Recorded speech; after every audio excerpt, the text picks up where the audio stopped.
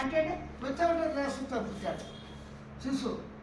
అప్పుడు మెల్లగా తల్లి తండ్రి వాళ్ళ పాత్ర ద్వారా ఊహ వచ్చినాక వాడు చేసుకుంటాడు కదా. ఈ పనులు మానేవాడు ఎవరైనా సృష్టిలో ఉన్నాడా? ఈ పనులు చేయటం వల్ల ఏమైంది? తనకి స్ట్రెస్ వచ్చింది. తనకు లక్ష్యం, మార్గం, ఆశయం అన్నీ ఉన్నాయి. లక్ష్యం ఏంటి? నిద్రపోవటం లక్ష్యమా? కళ్ళగంటం లక్ష్యమా? ఈ రెండు వచ్చిపోతున్నాయి. అనుభవం, ప్రత్యక్ష అనుభవం. మరి మెలుకు లక్ష్యం పెట్టుకోవాలి. అంటే మెలుకులో మానవుడి దేనికి లక్ష్యం పెట్టుకోవాలి? తన మనుగడ, చావు అనివార్యం. ఆహారం తినబోయినా చనిపోవడం తథ్యం. అంటే ఆరోగ్యానికి, రోగాలు రావటానికి, లక్ష్యం పెట్టుకోవటానికి సాగుకు సంబంధం లేదు. ప్రతి ప్రాణి ఒక్కరోజు బతికిందా? సాగు అనేది లేకుండా 24 గంటలు బతికిన ప్రాణి ఉందా ఎప్పటికైనా? దోమ 1,00,000 గుడ్లు పెడుతుంది. అన్ని సెట్ అంటే ఒక సెకండ్ కూడా అందరూ జీవించాలా? అసంభవం. అంటే చావు అనేది అనివార్యం. విశ్వజనీయం అంటే చావు వస్తుందని తెలిసినా ఏమైనా భయాంతో ఉంటుంది.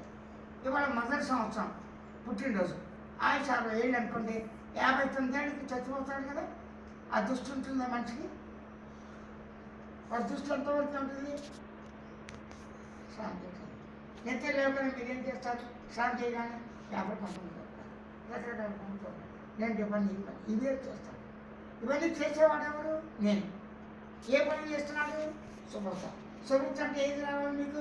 మీ శరీరం నుంచి మీకు శుభ్రత ఉండాలి. ఆహారం తినాలి, చేసే శుభ్రంగా ఉండాలి, ఆకు శుభ్రంగా ఉండాలి, తినే వస్తువు శుభ్రంగా. ఎంత శుభ్రంగా తిన్నా లోపలికి వెళ్ళగానే ఏమవుతుంది? ఇది ద్రవపదార్థం. మెల్లగా మిగతా అవసరం లేకుండానే మీ శరీరంలో ప్రతి పార్ట్ ఎర్రగణాలంటే నువ్వు శుభ్రంగా తెల్లగణాలు ఈ రెండు కూడి నేను ఉంది. అంటే ప్రాణశక్తి, జీవశక్తి, జీవాత్మ, పరమాత్మ, ఆత్మ, బ్రహ్మము ఇవన్నీ తానే. జీవరాశులు అంటే ఏంటి? గుర్తించి గమనించి తెలుసుకుని తను నిద్ర మేష ఆహారం తింటాం. నిద్ర ఇప్పుడు కూడా మిగతావి కూడా పద్ధతిగా పొందుతాయి. ఆ తత్తులకు వయసు వచ్చిన ఆట పట్ట వాటి ఎక్కడికి వెళ్ళి చివరికి ఏం చేస్తాయి? తోడుగా వచ్చేసిన దగ్గర నుంచి ఆ పనులు పెట్టి గూడు పెట్టి దాని చేస్తారు. గుడ్లు పెట్టి దానికి రెక్కడాగానే ఏమవుతాయి? వెళ్ళిపోతాయి. వాటికి వంశ వృక్షం ఉందా? లేదు. అయితే అవన్నీ గ్యారెంటీగా బతుకుతాయని గ్యారెంటీ ఉందా? మనకి. కాబట్టి వృక్షాలు మాట్లాడు, జంతువులు మాట్లాడు, వాటి పరిణామం ఉన్నది అని గ్రహించిన వాడు మానవుడా? అమీబానా? కోతి గ్రహించిన నా పరిణామం ఇది, నెక్స్ట్ పరిణామం నేను మానవుడయ్యానే, అటవిక మానవుడయ్యానే. మరి మొదట్లో కోతి పెంపంలో కోతో నుంచి నేను వచ్చా. ఓకే, మరి మనిషిని కలిస్తే మానవ జన్మ వస్తుందా? కోతితో గాడిదలతో కళ్ళలో బీట్లో వస్తే మనిషి జన్మ వస్తుందా? కానీ సృష్టి చేసేది ఎవరు? మనిషే. అంటే మనిషితో సృష్టించి తల్లి, తండ్రి, గురువు, అతిథులు, రక్త సంబంధులు కూడా ఈ సర్వ సృష్టిలో కూడా పుట్టి పెరిగి లేస్తున్నాడు. నేను ఉన్నది. నేను ఎలా ఉంది? ఇది హూ యామై అంటే నేను ఎవడను? సాధారణంగా నేను ఎవడంటే నేను స్త్రీని, నేను పురుషుని, నేను సంబంధి. నువ్వేం చేస్తున్నావు? బలాన్న వృత్తి. అలా 4 విద్యలు అన్నీ కూడా కృషి అంటే పొట్ట గురించి బతకటానికి. ఈ బతకటానికి చావటానికి సంబంధం లేదు. చావు ఎప్పుడైనా రావచ్చు. అప్పుడు నేను ఎవడైనా విశ్వసించాను. నిద్రపోతున్నాడు, మేలుకుంటున్నాడు, కళ్ళగంటున్నాడు, మేలుకుంటున్నాడు, మెలుకులో ఉండి మాట్లాడతాడు. అంటే నేను ఉన్నాను కనుకనే నిద్రపోయాను, వచ్చాను, కళ్ళగన్నాను, వచ్చాను, మెలుకున్నాను, వచ్చాను. ఆ నేను ఉన్నది నిద్ర రూపంగా ఉందా? కళ రూపంగా ఉందా? మెలుకు రూపంగా ఉందా? 3 అవస్థల్లో నేను ఒకటా?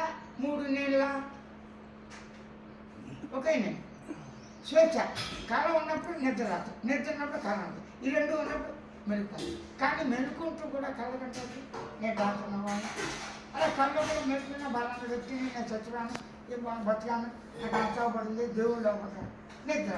ఈ 3 అవస్థల్లో కూడా నేను అతీతమైనది ఒకటి ఉందనే గతంలో అనాది నుంచి ఋషిష్ట తపస్సు చేసి అంతర్గతంగా అంటే లోపల బయట ఉన్న తత్వం పరిపూర్ణంగా ఉన్నది. అదే బ్రహ్మ పదార్థం, ఆత్మలక్షణం. ఇక్కడ ఆత్మలక్షణం బ్రహ్మలక్షణం ఒకటే. హస్తి భాతి ప్రియం. హస్తి అంటే ఉనికి, భాతి అంటే ప్రకాశించడం, జ్ఞానం, జ్ఞాన ప్రకాశం. ప్రియమైంది, తనకు తన శరీరం ప్రియమైంది. హస్తి ఉనికితో, ఆనందంతో, తెలివితో ఉన్నాను. మౌనంగా, పరిపూర్ణంగా, స్వేచ్ఛతో స్వతహాగా ఉన్నాను. అనుభవ సిద్ధమే చేయాల్సిన పని. 2 నెలలు ఈ మాట్లాడేవాడు కామన్ సెన్స్తోనే మాట్లాడతాడు.